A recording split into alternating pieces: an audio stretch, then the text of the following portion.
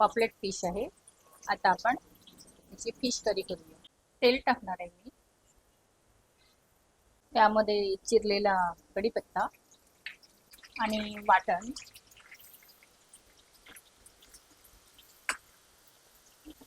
चांगलं होऊ द्यायचं वाटण,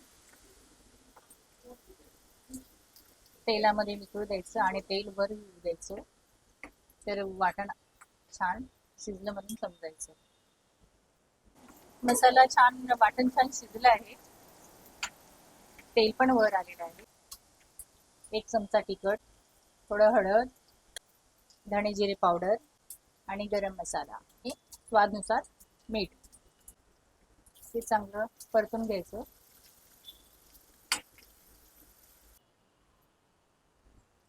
आता याच्यामध्ये कोकमाचं पाणी घालायचं, ओलं खोबरं घालायचं,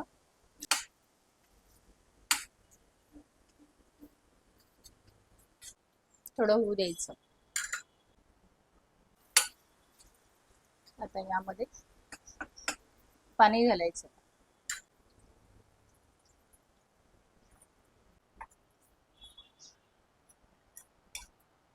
झाकण लावून थोडी उकळी येऊ द्यायची।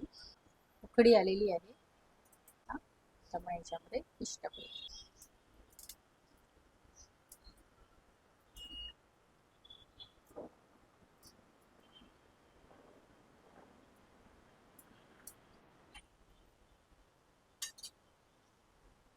आता थोड्या वेळासाठी होऊ द्यायचं, 5 मिनिटासाठी। भाजी झाली आहे,